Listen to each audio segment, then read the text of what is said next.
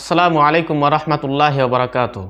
প্রিয় দিনী ভাই বন্ধু সকল, তিন শ্রেণীর ব্যক্তির প্রতি ফেরেশতার অভিশাপ রয়েছে। এই সম্পর্কে তিরমিজির ভিতরে হযরত কাআব বিন উজরা রাদিয়াল্লাহু আনহু থেকে একটি হাদিস বর্ণনা রয়েছে।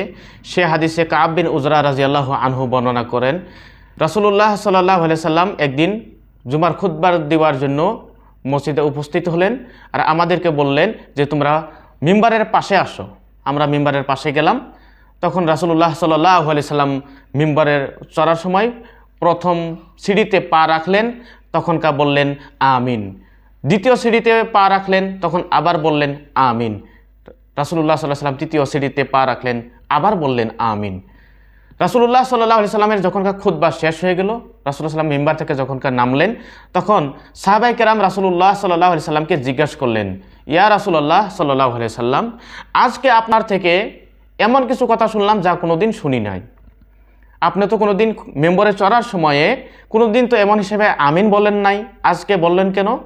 তখন রাসূলুল্লাহ সাল্লাল্লাহু আলাইহি সাল্লাম বলেন, ক্বালা ইন্না আরাজালি জিবরিলু ফাকালা, যে আমার কাছে জিব্রাইল আলাইহিস সালাম এসে বলল, বাউদা মান আদরাকা রমাজানা ফালাম ইউগফার লাহু।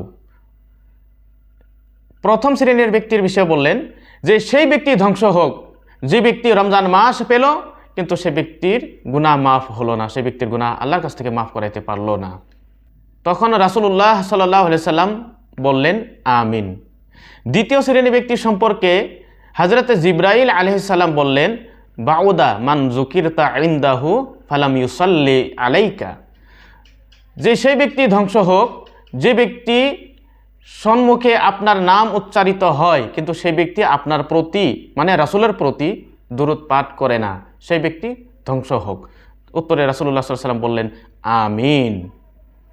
তৃতীয় শ্রেণীর ব্যক্তি সম্পর্কে জিব্রাইল আলাইহিস সালাম বললেন যে সেই ব্যক্তি ধ্বংস হোক যে ব্যক্তি তার বৃদ্ধ পিতা মাতাকে পেল অথবা দুইজনের থেকে একজনকে পেল কিন্তু সে ব্যক্তি তারপরও জান্নাতে প্রবেশ করতে পারল না।